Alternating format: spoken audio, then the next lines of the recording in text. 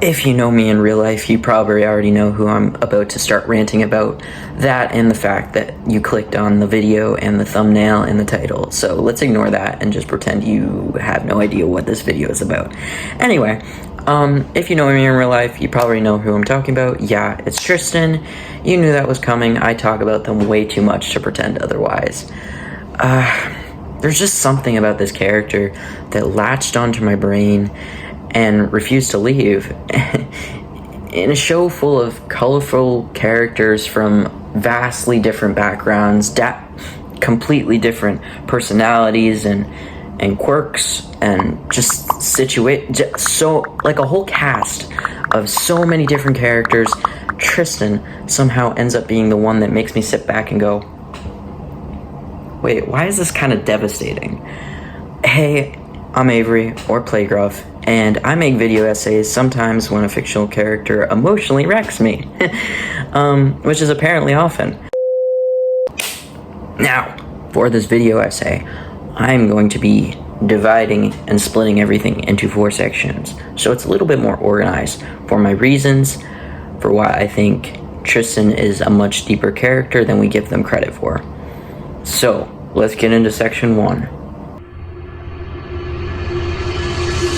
Alright, let's start with a scene that quietly broke my heart and will break your heart too if you know what to look for. In episode 2 of season 4, Down and Dirty, the contestants are told to knock each other off a platform using these foam padded sticks. It's a physical, silly challenge on the surface, but when it's Tristan's turn, everything changes. They're matched with Richard, a calm older man in his 60s. He's physically larger, emotionally steady, and totally willing to participate in the challenge. Nothing about him seems threatening on the outside, but take a look at Tristan. Richard from blue versus Tristan from red. Cameras ready, go! What does Richard represent in this moment? Well, he is not just another competitor, not to Tristan. He's an older man, he's an authority figure, and he's trying to, win the challenge, of course. A challenge that involves dominance and overpowering someone. Even though Richard himself isn't a threat, he triggers something in Tristan. Because at the end of the day, trauma doesn't care about someone's intentions. It cares about patterns, about past experiences, and about your own survival instincts. So if Tristan sees something and their brain recognizes that, they're gonna subconsciously just be scared. It's just a thing that happens. But here's what happens next that a lot of people haven't really looked into as much as you'd expect, which kind of is crazy to me. But yeah, let's talk about the fact that during the challenge, Tristan doesn't defend themselves whatsoever. The whole time, they're visibly uncomfortable, they're nervous, and there's a point where they start, visibly shaking. And I'm just like, okay, that could just be the fact that they're scared, they're nervous, but it's it's not, maybe I might be reading into this, but I feel like the shaking, there's more to it. Let's get into that. So hear me out. This scene with Tristan shaking, if it was a different contestant, it might not as matter much. Now you might be wondering, so why does it matter when it's Richard? Well, I'll tell you why it matters. Richard is an older, calm, physically bigger. He's not being cruel, he's just participating like everyone else. But his presence alone changes the tone of the scene. To Tristan, Richard is an unfamiliar adult.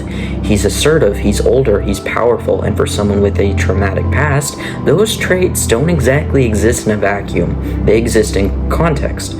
Because when you've grown up afraid of the people who are supposed to protect you, you learn to read these patterns. You learn to flinch before you're touched, to shake before you're hurt. Your body responds before your brain can explain why. We don't really need a full-on dramatic monologue or flashback to understand what's happening here. We already know Tristan grew up in a home marked by neglect. I could never compete with the bottle. That one line tells us enough. At least one parent was an alcoholic. possibly both. And when someone grows up in that environment, especially around volatile adults, being afraid of middle-aged men becomes second nature. This isn't about Richard doing something wrong. This is about how trauma lingers, how it teaches you that certain people are dangerous, even when they're not.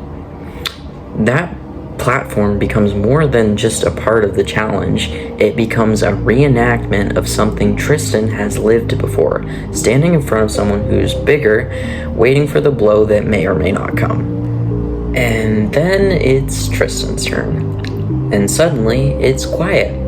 They step up onto the platform with shaky hands, their posture is tight, their breath is unsteady, they barely lift their stick, and then you see it.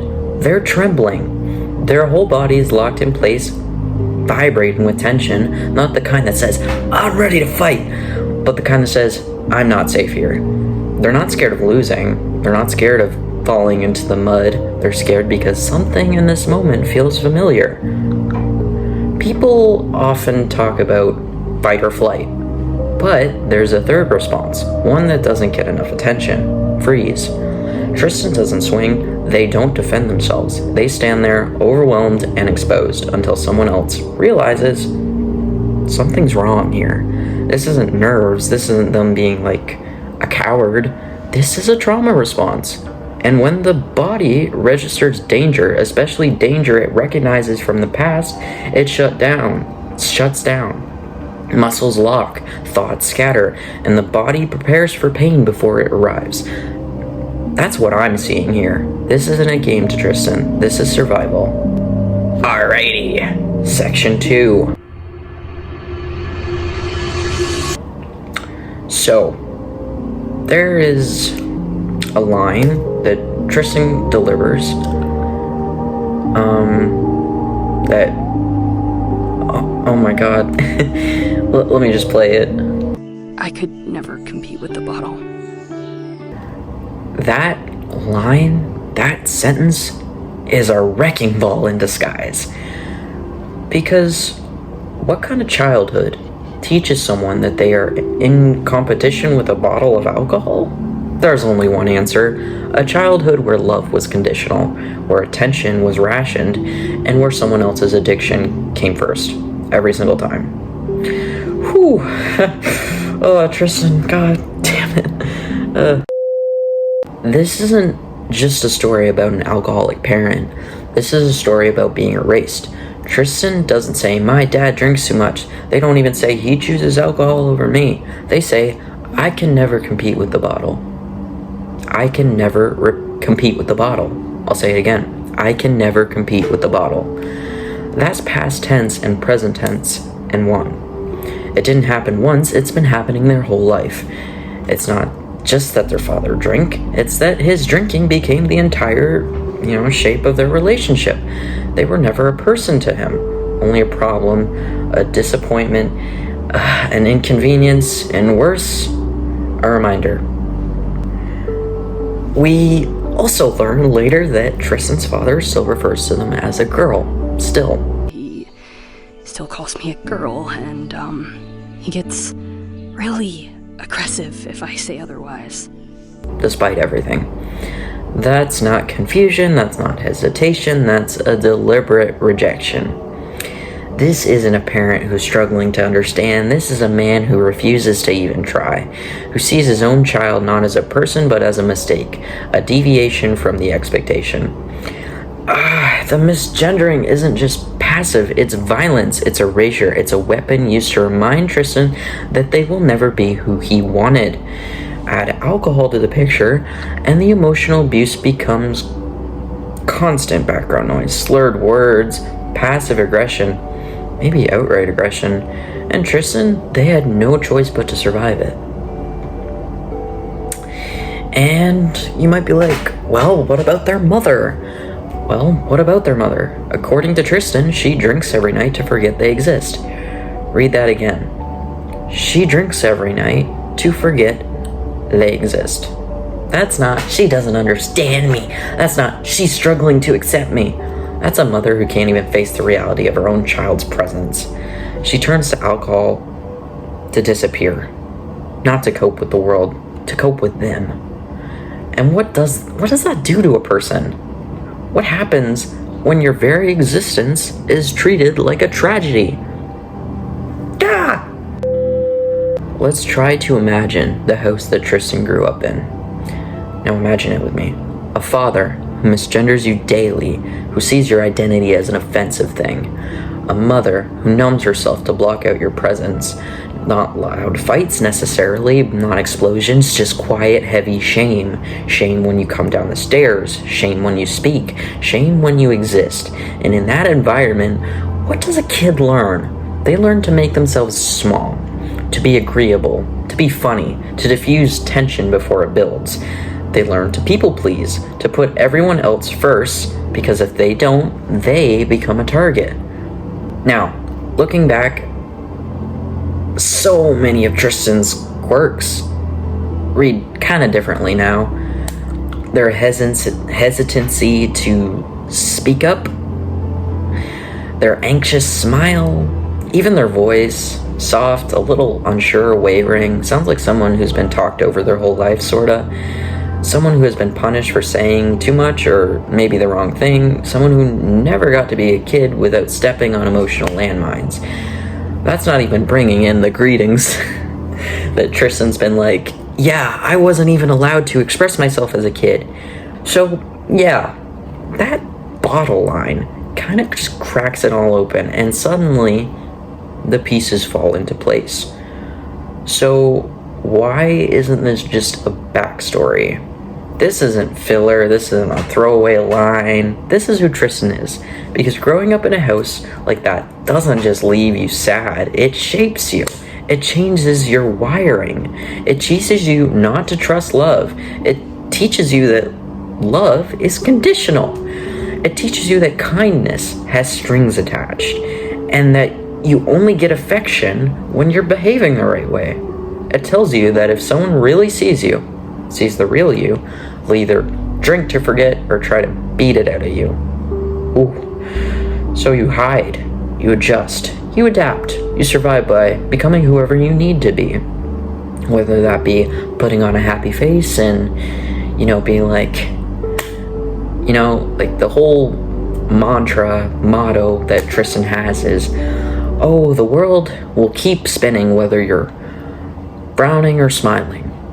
So I choose to keep smiling. The motto goes, don't do unto others that you don't want done unto you. It's not that deep, but man, do people need to hear that? Hey, despite the black on black, I'm actually a pretty positive person.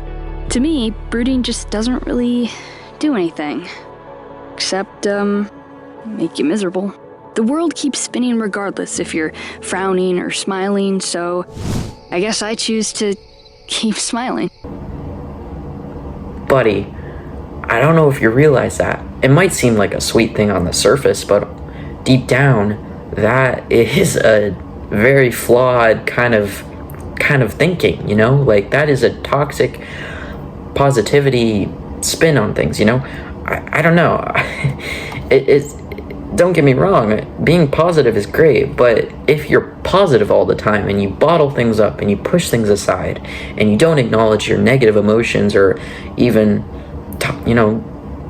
say anything or stand up for yourself, yeah, it's not gonna work out in your favor.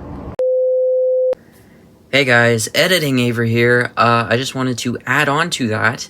At first glance, it sounds pretty harmless, maybe even hopeful.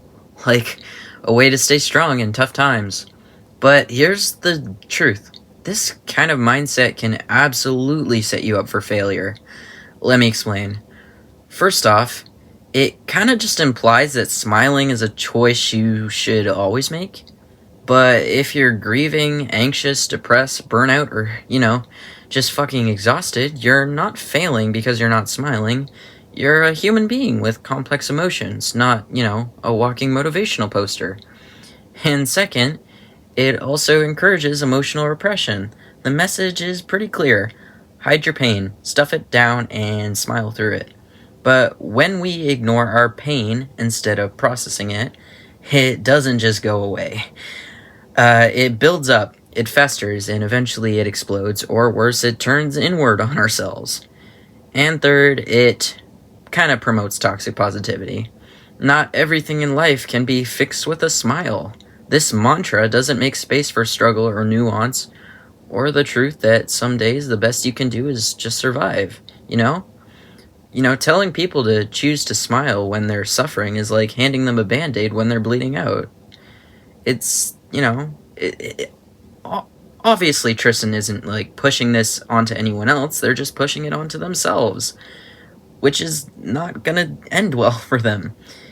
And finally, it creates a false standard for success. So if you believe that smiling through it is strength, you start to feel like you're weak if you can't.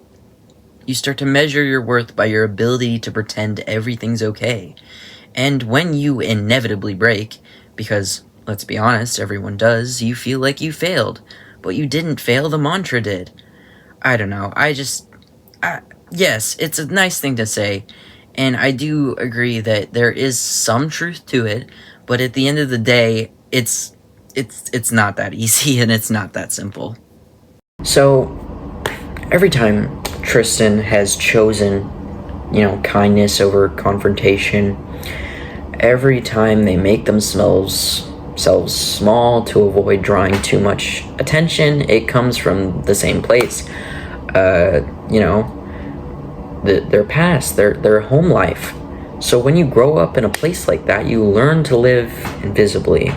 You learn to apologize for breathing too loud. You learn to doubt the reality of your own feelings because no one else has ever validated them. Okay, now to section 3.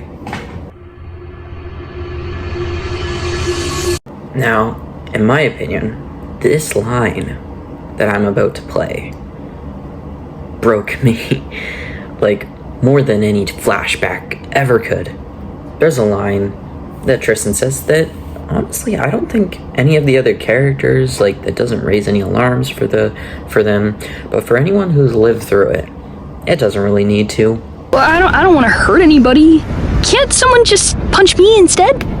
There's no build-up, there's no pause, they just say it, kind of like it's nothing, but it's everything. It tells us more about Tristan's past than any flashback could, and it reveals just how deeply pain has been embedded into their sense of self. Let's talk about the familiarity of pain. This isn't, you know, about a fear of the challenge. It's Tristan just doesn't say this because they're scared to fight. They say it because pain, physical pain, is something they understand. Something they can handle, something they learn to expect.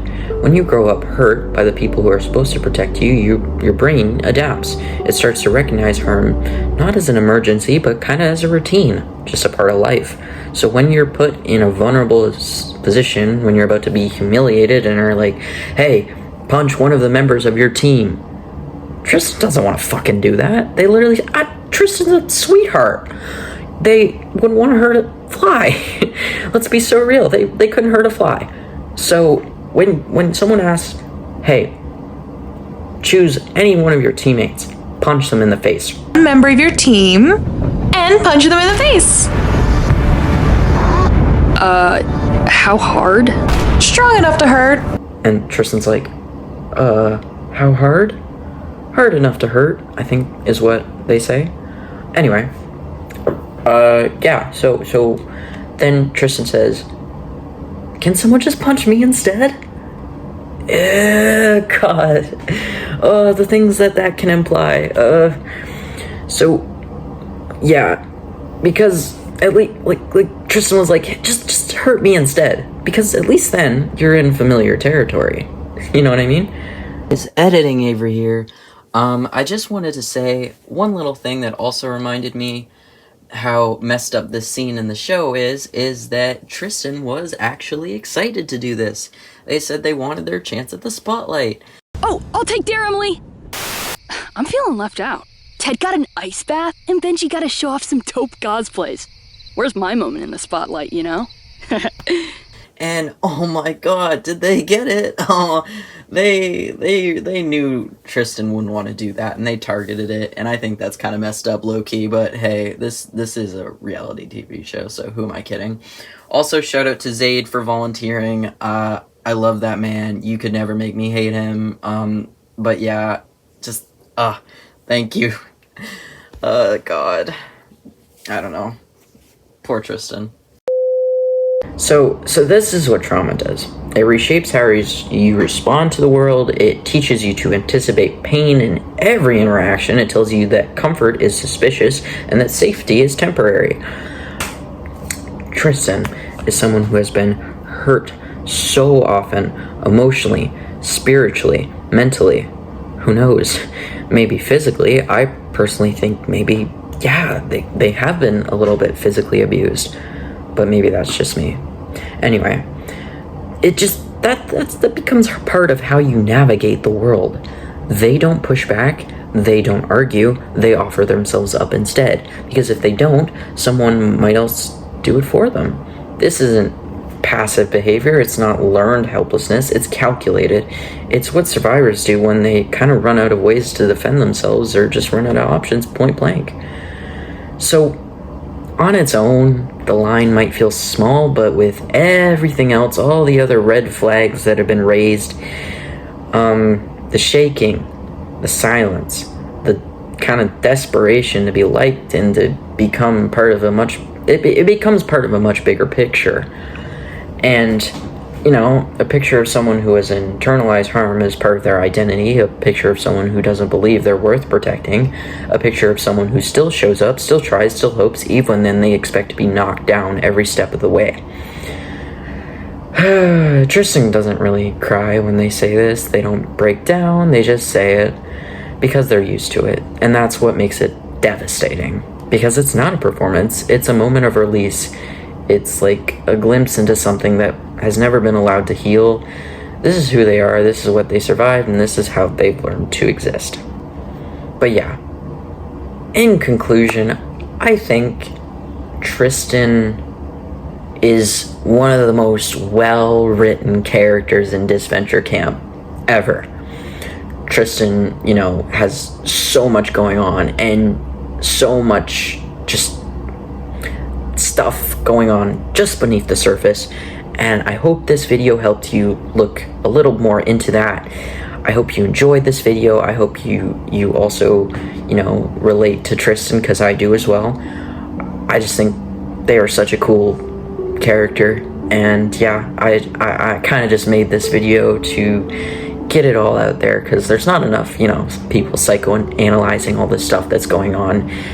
And that's the thing with animation. There's never any mistakes. Don't get me wrong, there are animation mistakes, but when something is done purposely, for example, the shaking, that's not just something they just threw in there for fun. There was a meaning behind that. And I think that deep down, Tristan is a very tragic character. And I just love them so much.